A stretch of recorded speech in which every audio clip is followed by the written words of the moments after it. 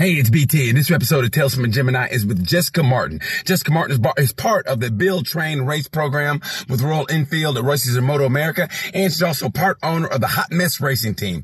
We talk her foray into like being an adrenaline junkie and how with loss, she found her true calling in life. It's a fun talk. I think you'll become a big fan of her, so enjoy Jessica Martin. I like your shirt, by the way. Oh, thank you, Jessica. I appreciate it. I'll start it off. I'll start. Don't you start. I'll start it. When we hear that music, we know it's time. It's like the lights going red, and you're like, green, and we're racing. Ladies and gentlemen, welcome to Tales from a Gemini. I'm not going to lie. I'm happy, but I'm also pissy because I don't know why. I can't find peach cobbler in the town I'm in. I can't find it. There's one place that had peach cobbler last night, and it closed at 8. There was a barbecue joint, and I went there, and the guy said to the other guy, to the cook, he goes, "Hey man, are we out of peach cobbler?" "No, we have some." I'm waiting, and he goes, "Hey man, we're out of peach cobbler." And he goes, "Didn't I just ask you that?" And I left really pissy. And now that I'm talking to you, and I know you're from Georgia, I know there's peach cobbler somewhere in Georgia, right? Oh, yeah. We got lots of peach cobbler. So listen, what can I do for you to box some up and just send it to me and like overnight it? I mean, we can make it happen. We got all varieties too. I need to know what kind you want. There's a peach cobbler factory here. I just love that twang. Oh, we can make it happen. We can make it happen. And you know, I fly airplanes, so I'll tell you what, I get off work here. I'll be there in about 45 minutes. I love it. Hey, we can do that too. I'm talking to Jessica Martin. She's part of the Build, Train, Race program with Royal Enfield, and she also flies airplane. Matter of fact, what don't you do there, Jessica? Oh man, there's a ton of things I don't do. It just tends to stand out, I guess, a little bit. Airplanes and motorcycle, they kind of go together in a weird way. There's a lot of the same people doing the same stuff, so it's kind of cool. Well, are you an adrenaline junkie? I guess you could say so. That would be an accurate statement. Have you always been that way? Like, how did you grow up? Did you grow up with brothers, and you were a tomboy? I was 100% a tomboy. I do have a brother. I grew up on a military base. There you go. And a lot of the kids that were a little bit older than me were all boys, and I just kind of went underneath their wing, and you could say I probably acquired a lot of that from living on a military base. Okay, so what military bases were, like, where were you born, and what military bases have you lived in your wonderful life that you've lived? So, very unique situation. My father was in the Army, landed in Savannah, Georgia back in the 70s. They had me in 1983. And he was stationed at Hunter Army Airfield.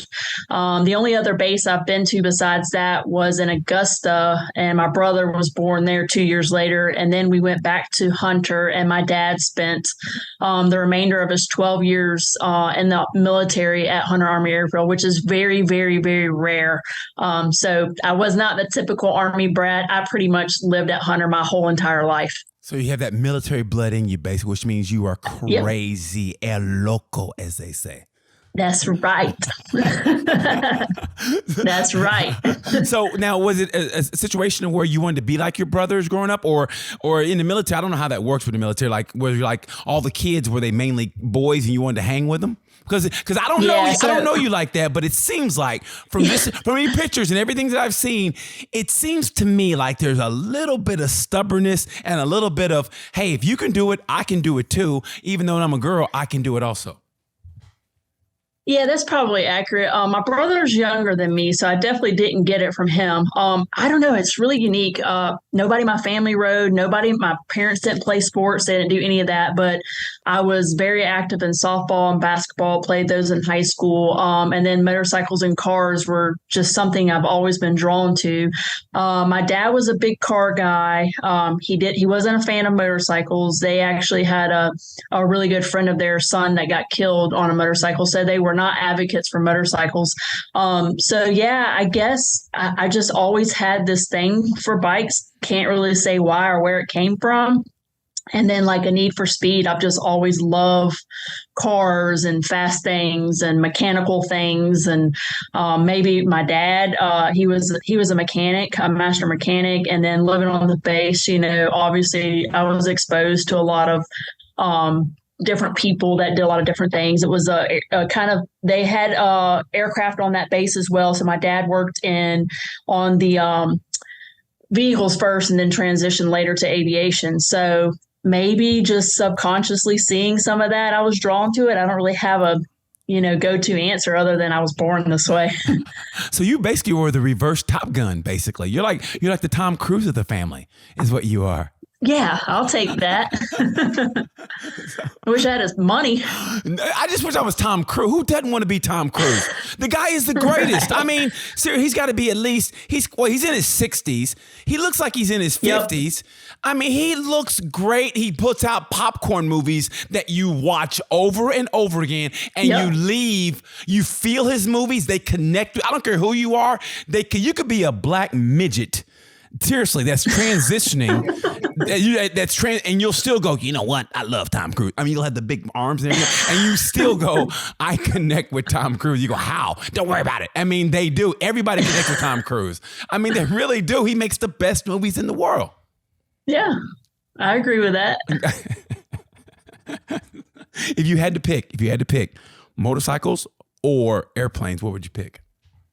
God, that's so hard. Financially, motorcycles. I think I would get more opportunity there. Yeah.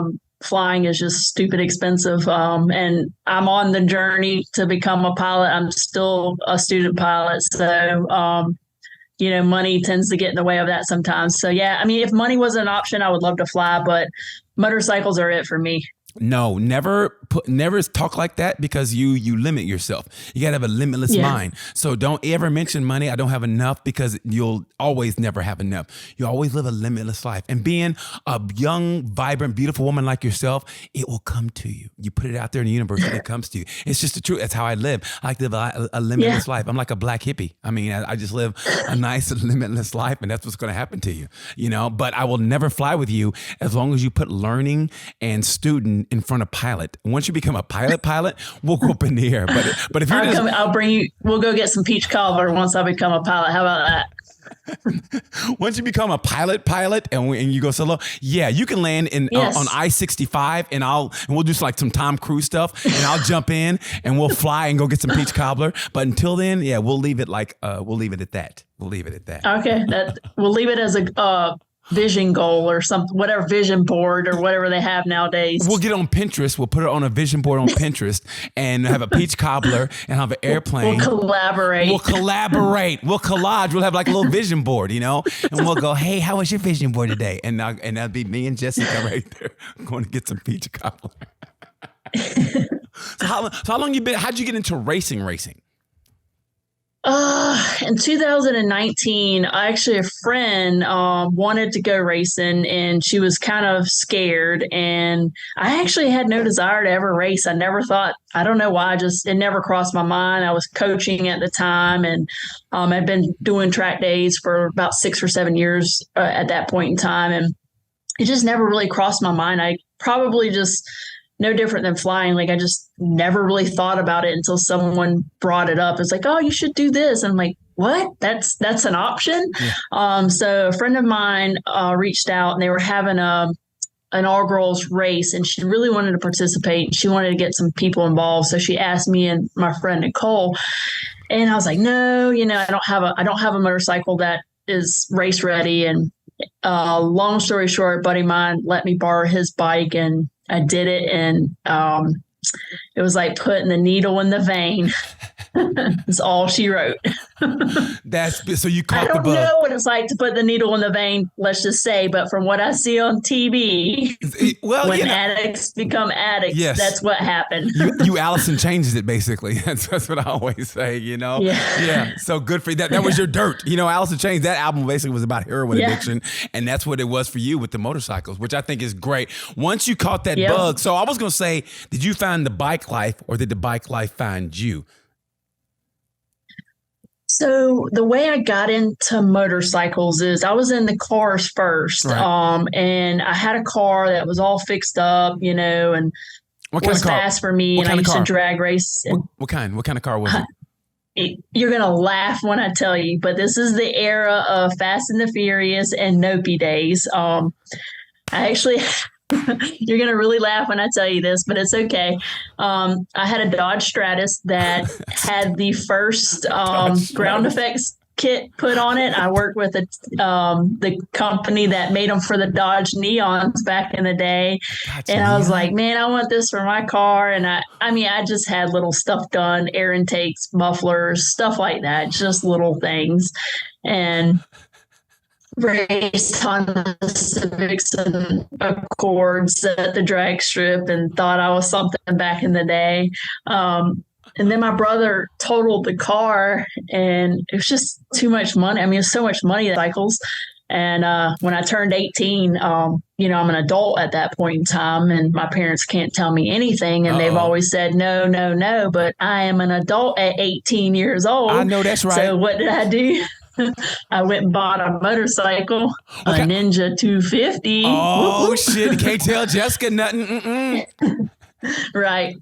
So that's kind of how I got into bikes. And then the high school that I went to, it kind of butts up to Roebling Road here in Savannah, outside of Savannah. Roebling Road, I don't know if you've heard of that. Hopefully you have. So it's a track. They do track days and racing there, like CCS and WERA and all the Pan American now. They all go there. A lot of race teams come there to do testing and tune. They have a big car scene there as well.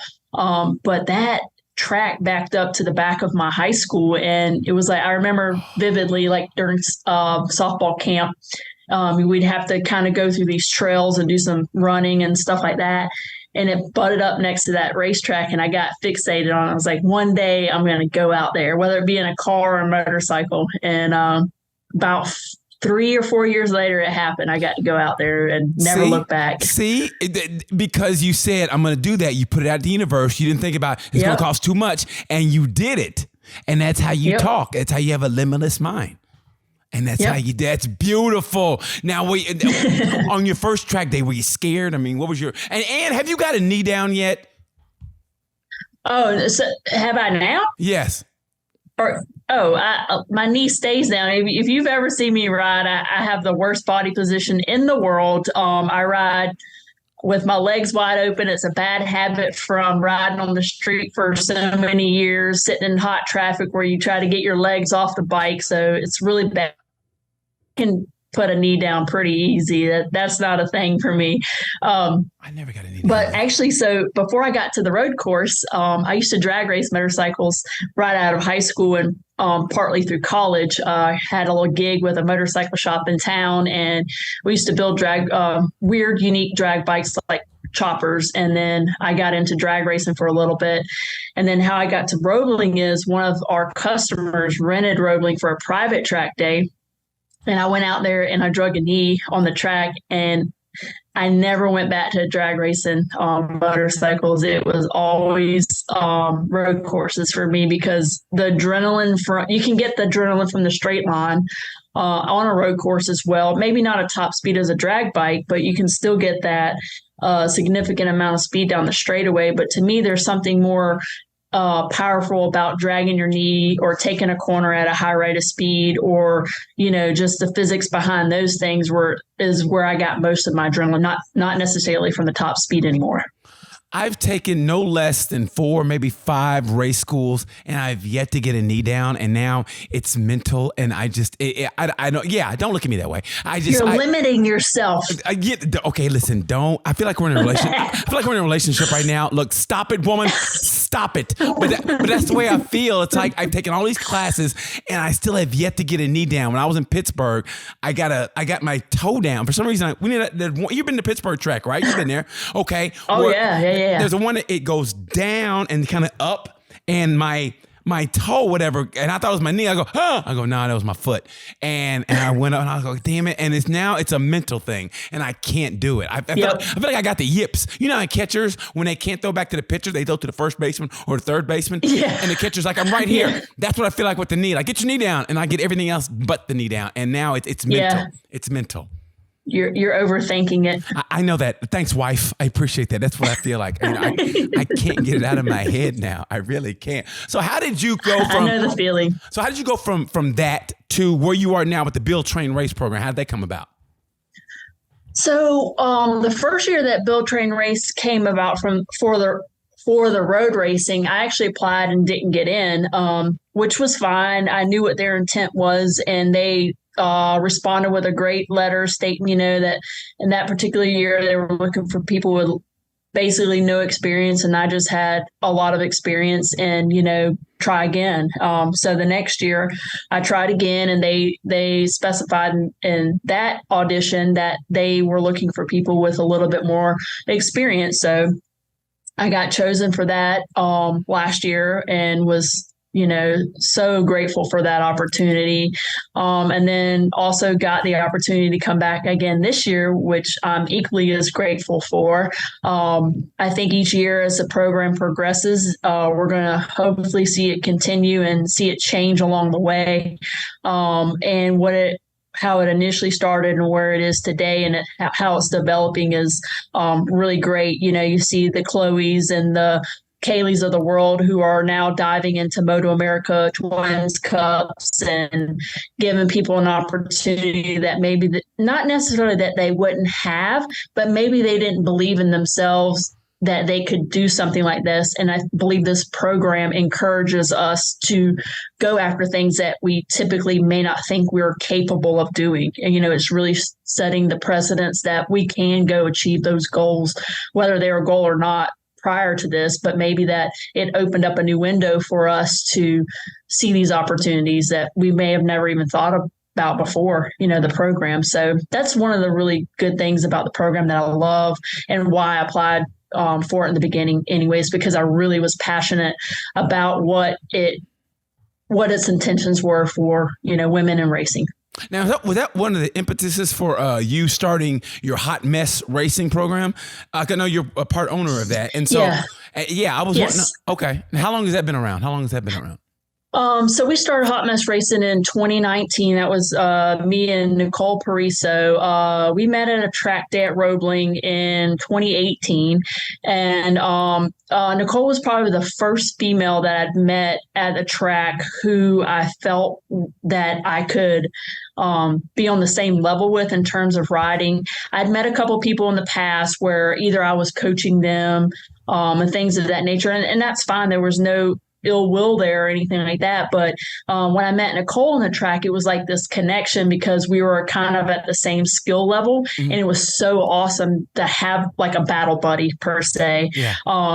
So we started doing that, and we got bumped up to advanced and with our local track day organization. And she had jokingly said, when the other girl had asked us to go do that one particular race, if we ever make it to advanced, then maybe we'll think about racing. And then so that girl asking us to go race us, weeks after being bumped to advanced, taking on our first race, we were like, okay, we're going to create this team. And Hot Mess just fits us perfectly. And then we're going to use that as a path to encourage other women to do what we just did. So each year we try to sponsor a couple ladies to go do a track day on their own. We'll pay for that just to get them out there, because sometimes this is a huge investment for people. And if they're not really sure if it's something that they want to do, it's hard to take the risk to go buy all the equipment, to go buy the track time, to go do all these things, and you go out there and you hate it, so it's a huge investment from that aspect. So we try to, Hot Mess tries to give back in ways where we'll limit some of that cost on some of these people and let them go out there and try this for the first time and see if it's something they like. I think that's beautiful, but who would hate a track day? Who would hate going to a track? I mean, even if it's like, you would be no. You'd be surprised. I would be surprised. I would be, because to me, a racetrack is the greatest thing in the world. That's the one place. I mean, there's 2 or 3 places where I feel at home. And I am so happy. Like when MotoGP goes to Coda, and no one understands this, but when I'm at a racetrack, there's times when I'm there right before the FP1 starts. And, usually, racing's always like in the, the warm months or whatever. There's times I almost cry because I'm so happy, and the smell and the sound of racing, and you smell that the burning oil. And honestly, I'm by myself, and I got the earphones in, I'm listening to the commentators, and I literally just want to cry because I'm so happy. So who has a track day and goes, I don't really like this? Who does that? Well, you meet people like that all the time. Typically, it's the people who don't like to follow directions, or that's the truth of the matter, right? So if you go to a track day and you've seen knuckleheads there that give the organization or people a hard time because, they didn't follow the rules, or they passed too close, or they did whatever. A lot of times people think, oh, I pay all this money, I should be able to go out there and do whatever the heck I want to do. But we're there for a reason, right? We're there to teach people how to have fun on the track in a safe environment and do all these things. And we know going into this that there's different skill levels there, and it's our responsibility to play nice and follow the rules. Then the other aspect of it is you just have some people who are bred a little different. And I have some really, really close friends that are that way. And I like to compare it to the Isle of Man and MotoGP. How many people that are in MotoGP do you see competing in the Isle of Man? Right. Because those street riders that ride like that on the street, they're a different breed of crazy. We're all crazy in a way, right? Yeah, we're on a motorcycle. Of course we are. That's just a whole nother level. I want to know. That's a whole nother level. But I actually go ahead.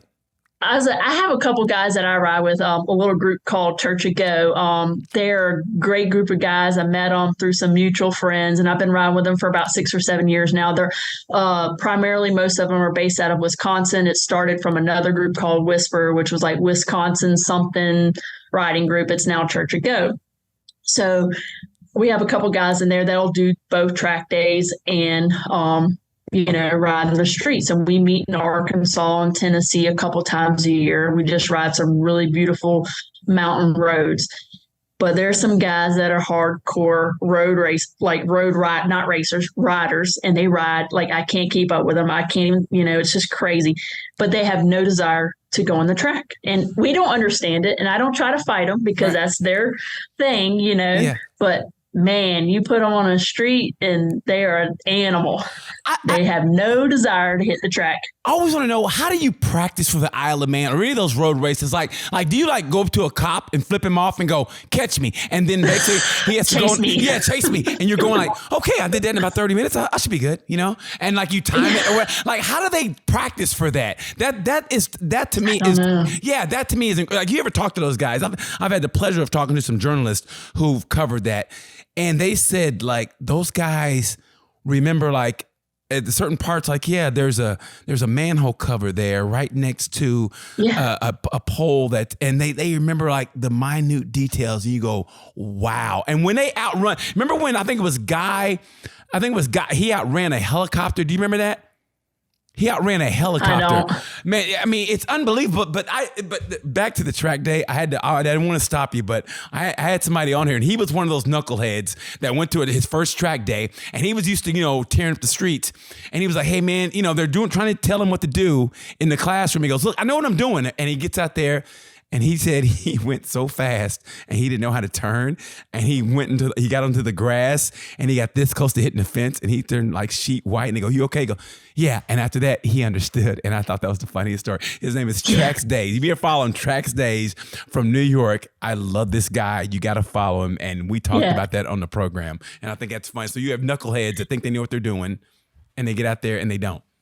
It happens all the time. And I just have to remind people, I get it. I'm not doubting your skill level, but at the same time, my job is to make sure everybody is having a good time, because everybody paid to be there, and everybody has a different skill level, play nice and we'll get you the track time that you need where you can go let those skills shine, but you always have those kind of people. And sometimes, a lot of times they end up humbling themselves with scenarios like you just mentioned. And then you just kind of give them a little smirk. It's like, see, I know you don't think I know what I'm talking about, but I kind of do sometimes. What is the biggest, right off the top of your head, what's the biggest knucklehead you could think of that was at a track day that thought they knew what they were doing? And is it usually men? I can't really see women being crazy like that, but is it usually men? And I'm thinking it's younger dudes. It is. Yeah. It is. And age doesn't matter. I don't think I've had any incidents with women where it's been too much like that. Maybe just like they needed to be in a higher group and they hadn't rode with, the org before and, they needed an eval and you just explain, okay, yeah, we can do an eval, blah, blah, blah. We'll get you there. I've had an incident where a guy was a car guy person and spent a lot of time in a car at Barber. And, because he never ran with he had the opportunity to sign up for intermediate, but I believe it was sold out. So he had to start novice. You have classroom time, you have all these things. And he was like, I've been around this track 100 times, in a car and blah, blah, blah. So by the time we got out to the session where they were by themselves and they were no longer following the mama duck or the daddy duck, whatever you want to call it, they were out on their own. Now they're in charge of making those decisions and using those perceptions going into corners and things like that. They no longer had a reference point. He later came back to me and apologized. And he said, I just want to let you know that I do apologize. When I got let loose, it was not the same as following. And yes, following was painfully slow because we're a novice. But I told him, as soon as we let you guys go, that your pace is going to pick up all these things. You're going to be on your own. It's going to be a little different. I love it. And he acknowledged that later in the day and apologized for giving me a hard time. So it was all good. It happens all the time. Comes with the gig, but it's fun to kind of see the light turn on when people have that epiphany and they're like, oh crap. Yeah. They were right. now for you personally, what's your biggest oh shit moment? I always ask everybody who's raced or whatever, there's that moment where you go, oh. And my favorite moment is when I asked Sean Dillon Kelly, who races in Moto 2 now, what was his biggest oh shit moment? He was like, when he was in Red Bull Rookies Cup, he was, I think, at Jerez, and he's hitting it, going around this corner. He think he's on it. And he said, Raul Fernandez came past him like, whew, and he goes, holy shit, this is what I got to do. And so that always resonates with me. So what was your biggest oh shit moment that you've had in racing? I guess I would say, so the first race weekend that we ever did was with CCS, and it was actually a really cool weekend. We ended up doing it at Roebling, which is, I guess you could say, my home track. That it's in my backyard basically. So I was running probably 124s at track days prior to this race weekend. The last time I actually did a lap time there on a 600, I was riding a Daytona 675 at the time. So we go out and we're in practice. You have warm-ups first before the races. And Greg Milka, are you familiar with Greg Milka? No. He's been around a long, long, long time, CCS guy. He gives me and Nicole a tow, basically, and our times drop down into the teens. So when we go to do the race meeting before the races start, they have the morning meeting. They bring us all over right after practice, and they're going over everything, and they're like, and who are you people or whatever? And they were pretty impressed with our times for being brand new racers or whatever. And really we had to contribute it to Greg because he gave us a tow essentially. But then later on in the race, you have the Stefano Mesas or whatever, where you're riding your heart out and he just rides by you and blows you a kiss or gives you a tap on the rear, as he passes by, or gives you a wheelie or whatever. And you're riding your little heart out, and he just makes it look so easy and effortless. But at the same time, they're such a great group of people at the racetrack, and so many people that are, they're happy to see you out there. And I think that's the most significant thing for me. And the aha moment is, even when you feel like you're not your best, people still believe in you and want to see you out there doing what you're doing. So there's nothing that pisses me off more than that moment there. I mean, everything, all the race schools from, I was in Donington Park in England, and the one recently that I can remember, Donington Park, I was at Barber and in Pittsburgh. Whenever I follow those people, the instructors that I don't know what they're doing. They're freelancing and they go past doing a wheelie and I'm doing the best I can.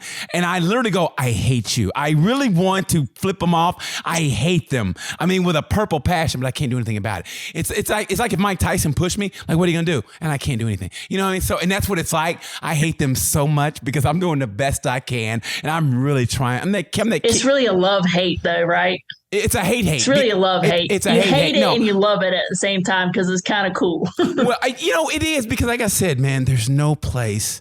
Whenever I'm at a racetrack, it's just the great. Like whenever, like I can't. It's almost like the adult version of Christmas Eve when you're a kid, because the night before I'm at a hotel, I'm like, I'm going to be at the track and I'll do yoga the night before, maybe early. And I get to the track and I'm all excited.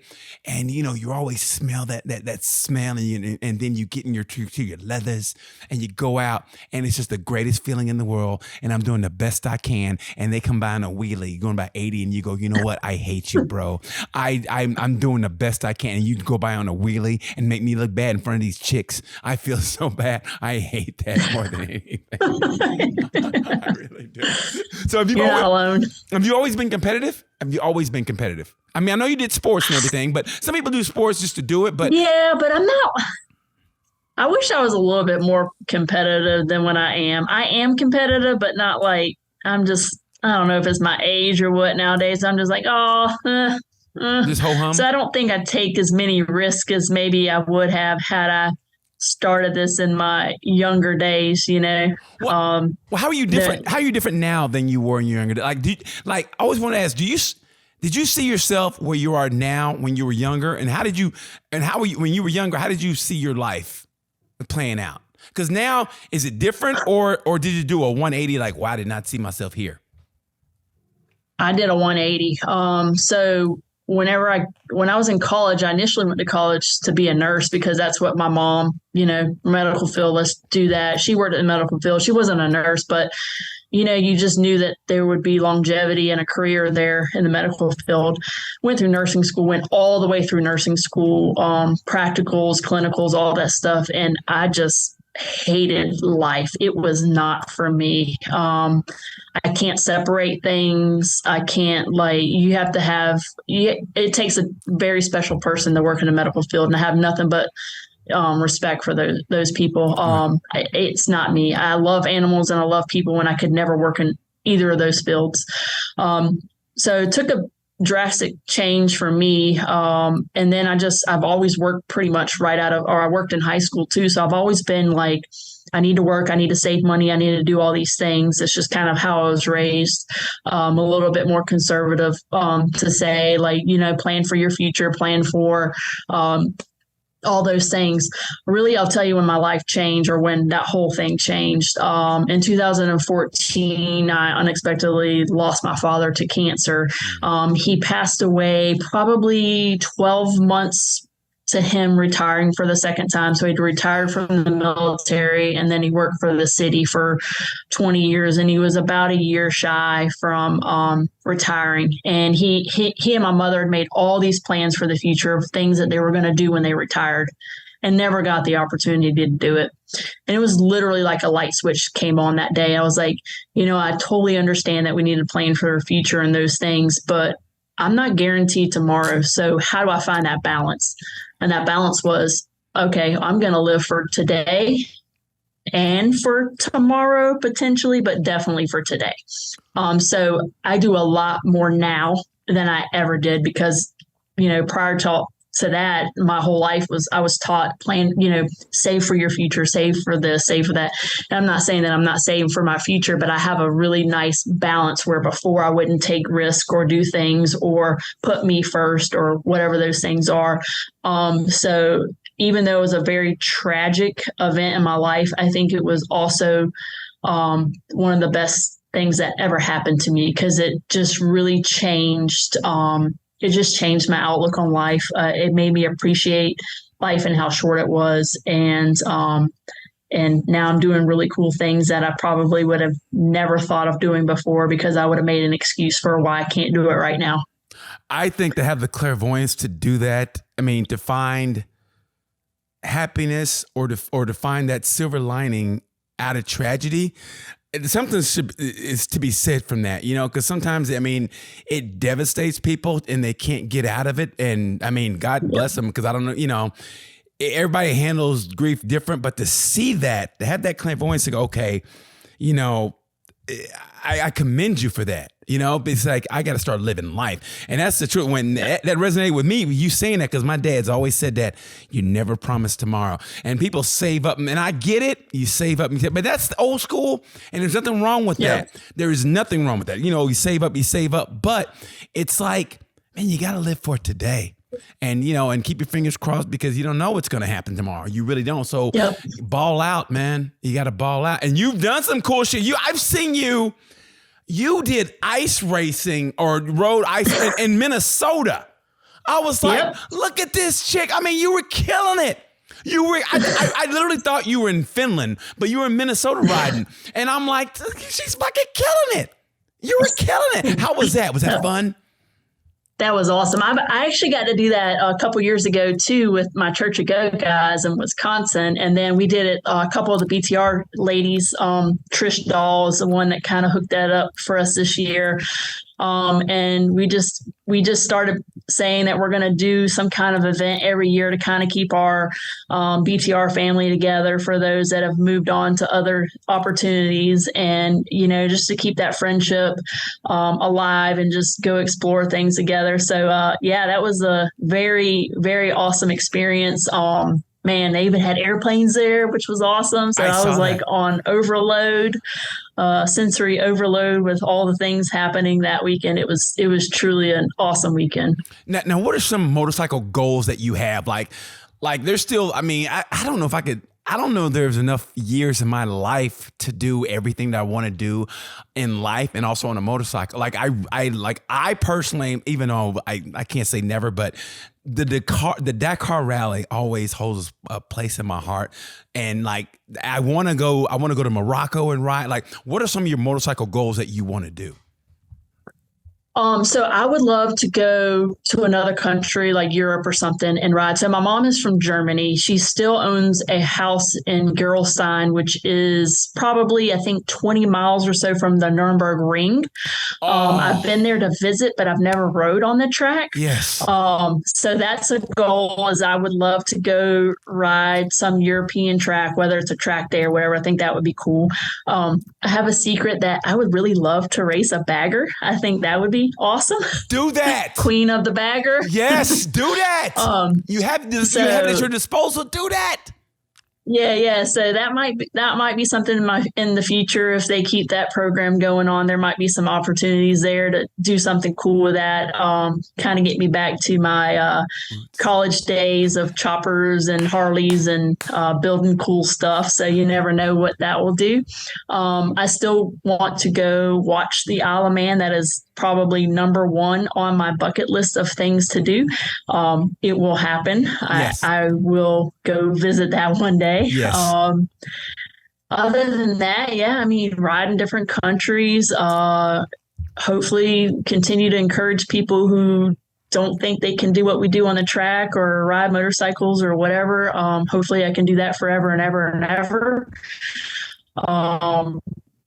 Be 80 and ride a bike. I met a lady one time at a Ducati day that was in her 80s doing a track day, and I was like, yes. Isn't that the greatest inspiration? When you see older people still doing it, you go, yes. Because it used to be, if you were 50, people go, oh my God, you're going to die like pretty soon. You go, what? Now if you're 50, you're wearing skinny jeans, you're dating somebody in their 30s, you know what I mean? You got a band, you're flying to other countries where you're a pharmaceutical rep, if you know what I mean? I mean, you're doing different things in life, you know what I mean? So that's what's great. So that's what's great about life now. It's so limitless. If Martha Stewart can pose for Sports Illustrated in a swimsuit issue, hey, go her. The sky's the limit. And here's what I say. Here's what I want you to do. And I did this for my 50th. What I want you to do is go to Europe. I rented a bike in Milan, in Italy. I rented a bike in Milan and rode up to the Stelvio Pass. And when you do that, all I want you to do is text me and go, thank you. That's all I want you to do, because it's the most beautiful ride ever. I went to the Stelvio Pass in June, and it was snow on the top, and that's where like it's Italy, Spain, I think France, and I think in Switzerland. They all converge at the top, and nobody was at the little, the passport place, whatever. So I rode over into Switzerland for like 300 yards and go, and then a U-turn and came back. So don't tell them, I don't want them chasing me down. But yeah, it's the great, and they were getting ready for the Tour de France also. So they, so it was bicycles, nothing but bicycles and motorcycles, and it's the greatest. That's awesome. Yeah, it's the greatest ride you'll ever do. So I want you to put that on your bucket list also, that you go rent a bike in Milan and you drive to the Stelvio Pass, and all I want you to do is say, you need to text it to me so I won't forget. Oh, you won't forget, girl. Trust me, you won't forget. Now that we're like this, it's the biggest mistake you ever made in your life. I mean, look at Kaylee. I mean, I'm wearing this for her. She can't. I know, right? She can't get rid of me. She's tried, but she can't get rid of me. I mean, I'm like this with her. I know she's trying. Love it. Yeah. Oh God, please. Hey, Kaylee. Oh God, here he is again. You can't get rid of me. Once you're on this show, we're like this. That's the way I feel. Awesome. Yeah. I'll take it. Yeah. So Stelvio Pass for you. And I'm trying to think of another thing I want you to do. I want you to ride. I just want to go. Me personally, I want to go to Morocco and ride. I just think it'd be great to ride in Africa, in the desert. Yeah. And there's something just. Where do they do the little monkey? Do they do it in Morocco? They have like a monkey, the Honda Monkey Rally. I have a friend that actually did it. I'll have to ask her maybe that was across some desert. I can't remember, but there's a lot of cool stuff out there. Well, you know what? The monkey is basically this Honda Z50. I'm so sick of them calling it monkey because it's the Z50. I had the Z50. I got some years on you. Okay, because you said you were born in 83. I go, oh my God. So it's like, I feel like I can tell you to go to bed. Like, go to bed. And you'd be like, oh, Dad. So, I mean, I feel like I got some years on you. But either way, though, I got my first motorcycle was a Honda Z50, and now it's the monkey. And I'm like, you can't fool me. You know what I mean? I know a Honda Z50 when I see a Honda Z50 because I had the original. I remember that. I had the originator. So it's like they say, it's the monkey. I go, it's the Z50. It's a Z50. Just gotta evolve. Let it evolve. It's okay. No, it's not okay. It's the Honda Z50, and I'm sick of them calling it a monkey. You know what I mean? So, were you ever? Did you ever ride a chopper? Did you ever ride a chopper? Were you a chopper girl? Did you ride on the back of a motorcycle? I wasn't a chopper girl, but I rode them. So we built really cool, like old school. Our motto was purpose built. The shop that I used to work at was called Jailhouse Choppers. It was like a Billy Lane, Indian Larry era of time. So we would go out to like those really old school shows, and we did a couple biker build offs and things of that nature. Not like on the TV scale, but it was during the whole Orange County cycle time, all that stuff. But no, we built like our big claim to fame was taking mules and converting them into choppers and nice. Just building rugged hardcore stuff. It was pretty cool back in the day. Is Billy Lane out of Jacksonville? Where's he out of? Melbourne. Okay. Melbourne. Okay.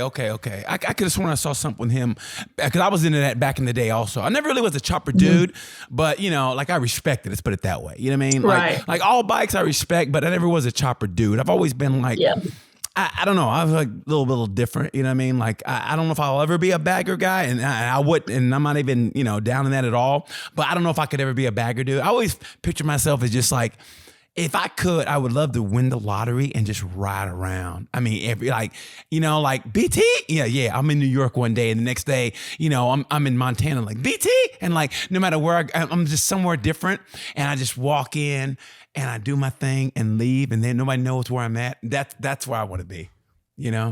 That's awesome. Be a nomad. There's nothing like a nomad.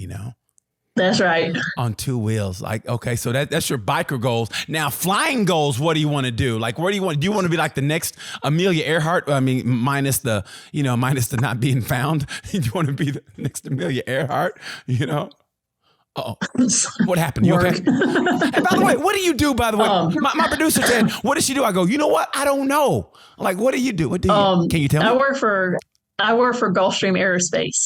We build private business jets. Oh, so you big time then, huh? Oh, okay. Oh, excuse me. No wonder you had to keep it on the wraps. Like, yeah, it's something you can't afford, BT. So for flying goals, I don't know. We'll see where it takes me. I don't have a desire to go to the airlines or make a career out of it. Maybe a supplemental thing where, get my commercial, become a CFI and teach people how to fly, something of that nature, and maybe work at the local flight school part-time or something like that, just for some extra income and fun, build hours that way. But I don't think I have any desire to go and, do anything crazy with it. Maybe, they do some cool stuff. Like they have races and stuff in the sky, which is kind of neat. And they have like all women's teams that do that. Maybe something like that down the road. But right now it's just a hobby. It's fun to be able to just pick up and go to another city or, fly along the coast and see the sunset and things of that nature. It's just a different world in the sky. It's a little calming most of the time. I don't know. It can be stressful too, depending on where you're flying and things of that nature. But I don't know. It's just a hobby at the moment. But that could change. You might talk to me in 2 years and doing something crazy. Who knows? Maybe a peach cobbler delivery service. How about that? Yeah, only for you though. Those are only for special people. Oh, I'm special, all right. as my mama would say, oh, you special, all right, boy. How you define that is up to you. I won't put that definition out there. Oh, trust me. Trust me. You won't hurt my feelings. Trust me. I grew up in the 70s. You can't hurt our feelings. I mean, if you grew up in the 70s, we're just a whole different breed. I mean, we had a president that left. I mean, we made him leave, but he left. We ran out of gas. We ran out of toilet paper for the pandemic. We ran out of gas and our president left. So you can't hurt our feelings. I'm like, what are you going to say to us? Like what, that we haven't been through? We had a president leave. I mean, granted, we had a pope leave, but that's different. We had a president leave. We had no gas. I mean, we were the toughest generation there is. So, I mean, that's why we're a little bit rough around the edges. We're like, hey, you kids here, you get all hard, hard with your feelings. You know what I mean? So yeah, I mean, you can't hurt my feelings. Nothing wrong with that. That's what you say now until you get to know me, but still, no. So, okay. So now what I want to ask now is like, I always ask every racer this: when you're on the grid for a Bill Train race and the race is about to start, what goes through your head? How do you get yourself up for the race? Like, do you listen to music? Do you talk to people? Do you joke around, or you're all serious? I always want to know the mental space that you're in before the race starts. I typically, with the Bill Train race, it's a little different because you are all underneath the same tent versus like club racing or anywhere else. You would typically have your own space. With a team environment, it's a little bit different. I will say that I'll typically just sit on my motorcycle for a few minutes prior. Sometimes I'll sit in a chair, but really just kind of calm myself, talk to myself through this. You're here to have fun. You're here to, this is an opportunity that most people won't ever get. Go have fun. It just kind of takes some pressure off myself, kind of. Sometimes, and normally I'll walk through the tent and give everybody a fist bump or something. Get them hyped up, calm them down, whatever you want to call it, and then just go back to my area and kind of just chill out again. And then it's weird. As soon as the bike gets off the stand, all the nerves, everything, all the emotions, for me just kind of go away.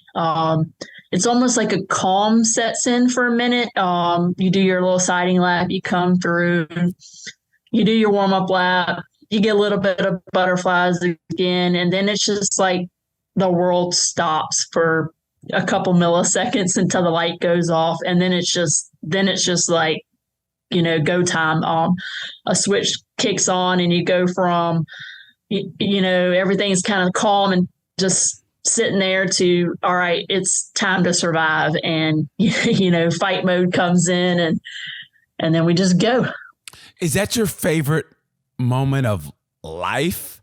I mean, don't get me wrong. I'm talking out of my ass here, but I just feel like you have a great life. I feel like you're kicking life in the ass now. You're having a great time.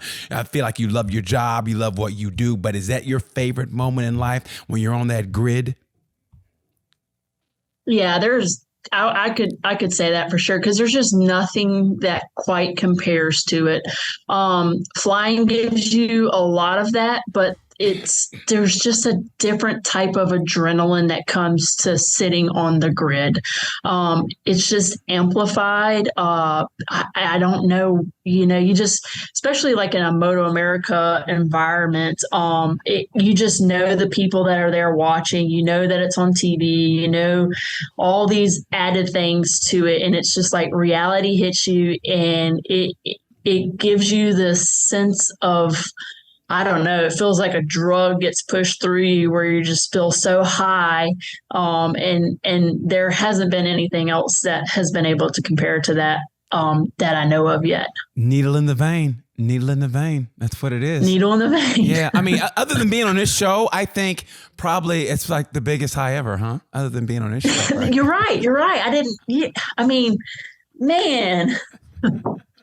Well, you're so right. Don't let me pull. I didn't know how to put it in words. Don't let me pull your leg. Come on, stop it. Don't let me pull your leg. Like I said, I feel like it's a relationship. You're right, honey. Whatever you say, that's my baby. No, but you know what? Honestly, and I look at you as like the great thing about you is, and I got inspiration from it, is that you're racing now at this stage of your life where, and I just think it's great that little girls can have a hero to look up to. That's a woman that's in a positive light. And I said it to everybody at female racers I talk to. I cannot stand those Real Housewives of the whatever. I hate that shit. And all due respect to the Kardashians, how they made their money, but I hate all that shit too. I just feel like sports is the best place for a female to look up to for role models. Because I think for the girls to look up to in a positive environment. And that's what sports does. It's a structured environment and it teaches teamwork and it teaches positivity. And I just think having somebody to look up to like you, and for women, period, because there might be women at this stage of your life, and this is no shade being thrown on you, but it's like, I think sometimes you reach a certain age, you go, okay, there's no reason to dream anymore. Because I think sometimes as adults, we think that. I think sometimes as adults, we go, okay, I'm at this age, well, I guess it's time to die now. I mean, or whatever. You don't dream anymore. And the fact you're doing it at this age and you still talk about other stuff that you want to do, that's got to be an inspiration to someone watching this that's maybe in her 30s, maybe in their 20s, they didn't know what they were going to do in life. And maybe they were structured and all of a sudden they see you doing, they go, you know what? If she can do it, how come I can't do it? Do you feel yourself being a role model to women like that? I do, and I'll feed off that a little bit. I remember actually the first race weekend ever with CCS. We were standing in the lunch line or the cafe, to get some food, the line, and did not get out of our suits because we were the first race up. So we're just really going to go in there, get something quick, and get back out there, right? So we're standing in our suits, me and Nicole, and we were talking, and out of the corner of my eye, I got a glimpse of a little girl who saw me and Nicole standing there in our suits, and she tugged at her mom and pointed at us, and it literally melted my heart because we are absolutely nobodies in this world of racing, right? Like a nobody. But in that moment, she saw us, and you could tell the light went off, oh my gosh, they're riding motorcycles or they're doing this. Never said anything to us. We just kind of waved at her or whatever, and she smiled real big, but you got that feeling. And I've had even a lot of males reach out to me and say, hey, how do I get into this? How do I do these things? I don't care who I inspire. If I'm inspiring somebody, every single thing I do is well worth it to me. The good, the bad, the ugly that comes with it. Sometimes it is, it's so worth it to me. I had a pretty gnarly crash on the streets many years ago where I kind of ended up, my stupidity led to other people learning from my stupidity. And I had so many people reach out to me and say, hey, I saw your crash. I saw what happened to you. I went out and bought a leather jacket that day, or I did this, or I did that. And I'm like, it was worth sitting in the hospital for a week being stupid from something I did from being stupid. If it changed someone else's life that they learned from my mistake. What did you do? What did you do? Just an idiot. Like I always wore leathers, and this one time I didn't. So I went out in jeans and a textile jacket. Wasn't going to go riding that day. Went riding for just a little bit, ended up running into some people, and then went on a bigger ride, and just being stupid, took a corner really, really fast. And I knew I wasn't in my leather, so I wasn't like dragging knee, but I wasn't leaned over, and I shifted position mid corner, and I low sided at a high rate of speed. It knocked me out. I slid and basically skinned myself alive on my right side, and broke a shoulder, wrist, and a knee, and skinned myself alive. I was going to be mad at you, but I think you learned your lesson. You know what I mean? Ow. I did. I promise. It's always the ones where it's like, it's always, I'm good. I'm not going to wear my jacket. And it always happens that way. And I always learned. And I wore a jacket, but that's when I really learned the grade of, gear. Like it has different ratings, and I never knew that. I've been riding my whole life, and I never knew that was a thing until then. I never understood why people, and my buddy was like this, where like the one thing they skimp on is like what they wear for protection. Like he would get the cheapest helmet possible, and he goes, "Oh man, helmets are helmets." I go, "Yeah, I'm sure $25 helmet's going to protect your head. I mean, it's only your head." And he was like, right. Well, of all the things to wear, he skimped on his helmet. That trips me out. Yeah. It's like my mom said, you need all the brains. You I mean, it's like you're starting in the back of the pack anyway. You need all the intelligence right here. You don't need to jumble this up. So yeah, I always get a good helmet. So again, my mom thinks I'm special. Yeah, I guess she thinks I'm special. Yeah. So like, okay. So as we're almost wrapping up, I just want to know, what are the future goals now? I mean, like we talked about, where you want to ride and the planes, but where do you see yourself now? Like, I mean, you're racing now, but it's like 10 years down the line.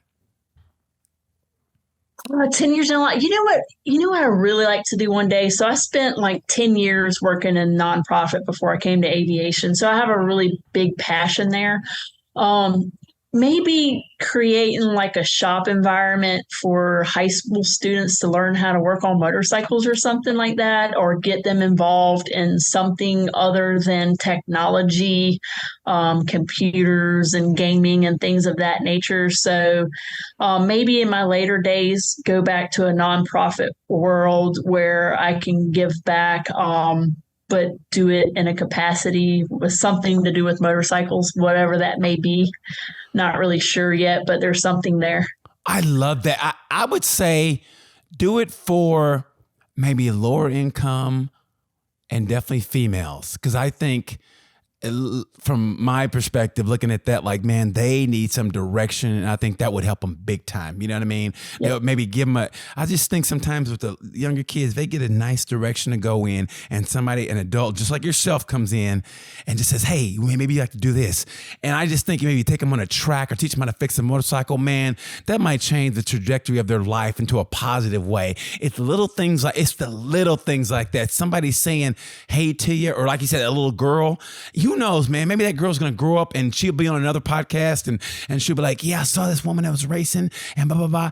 It's those little things that help. You don't think they do. And it sounds corny, but I always think like, maybe, who knows? Maybe she'll see this podcast like later on in life and you go, hey, if that lady can do it, I can do it. You know what I mean? Because it's inspiration. When I was going through your Instagram feed, I was like, yeah, man. I mean, to where you are, I go, that's beautiful that you decided to take up racing at this stage. I love that. I think, and then, I saw you with that University of Georgia sweatshirt and I almost wanted to cancel the interview. I was like, okay, you know what? I can't talk to this woman.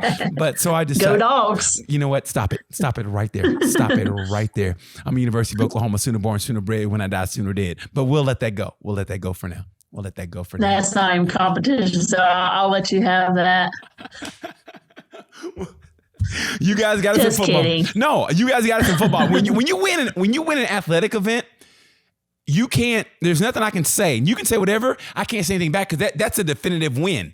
There's no when you talk about politics or anything else, you can talk all day, argue all day. But when it comes to sports, hey man, we beat your ass. You go, and you just got to sit there with that face like. And that's it, because you won fair and square. That's the great thing about sports. You win fair and square. Oh, you mean you didn't pay the refs off to call those bad calls? Not a 42-1 ass whooping. You know what I mean? If you if you take an ass whooping in sports, I don't care how much you paid the ref. An ass whooping is an ass whooping. You know what I mean? I wrestled. That was one-on-one. There is nothing you get beat in wrestling one-on-one in a one-on-one sport. I mean, it wasn't like boxing where judges make a decision. Wrestling is such a, you won because you scored more points, literally. And there's nothing you can say. If somebody could beat me, I could beat somebody 1-0 and I could say I beat your ass and go, no, you didn't. I won, didn't I? And they had to shut up because you did win. And that's the beauty of it. It's like motorcycle racing. I beat your ass. You only beat by 100th of a second. Yeah, but I won. Well, I won. And won. And that's it. Yeah. Man, Just Rides, Jessica, I had a ball with you. I hope you had a great time too. Thank you. I had a good time too. No, I really did. I had, you know what the great thing about it? I love going into things like this where I don't know the person at all. And I mean at all. So discovering you, that sounds weird. Discovering you is like the great. No, because I feel like, honestly, I feel like there was a connection there because, you know, we're both like, you know, a little bit, you know, just a little bit. I hate to say older, but in a different level in life. Let's put it that way. But you're still living the dream and you still dream other stuff. And I think that's more important. What I try to get out there is don't let anybody hold your fire. Don't let anybody stop you from achieving a goal. Age is nothing but a number and you can do it. And that's what you're doing. And I love that about you. Well, thank you. I appreciate that. Hope to be doing it for a really long time. Ain't no hoping, girl. You're going to be doing. Ain't no hoping you're going to be doing. You're going to the Stelvio. That's right. You're going to the Stelvio Pass in Italy. You're going to rent a bike. You're going to do that shit. And you're going to the Isle of Man. That's right. You're going to do that shit. Ladies and gentlemen, this is BT with Tales from a Gemini. Anything else you want to say there, Jess, before we get out of here? No, just go have fun. Don't live for tomorrow. Live for today. I know that's right, girl. Hey, good luck in your next race. I mean that from the bottom of my heart. Right here, Jay. Thank you. Right here, Jess Rides. Follow her on Instagram, which is Jess Rides, right? Two Wheels Jess. 2 Wheels Jess. Yeah, that's your email. That's personal. That's personal. Yeah. So that's your 2 Wheels. Follow her on Instagram at 2 Wheels Jess. Follow her on the Bill Train Race. Man, with Royal Enfield, what they're doing, I love it. It's giving everyone an opportunity to race. And if you get a chance, follow that and you will love it. I promise you. So thank you so much for following Tales from a Gemini. Thank you so much, Jessica Martin. I appreciate that. I want that peach cobbler, girl. Let's get it. I got you. Let's get it cracking. Again, I'm BT. You know what to say about this time. You know the word. Pay.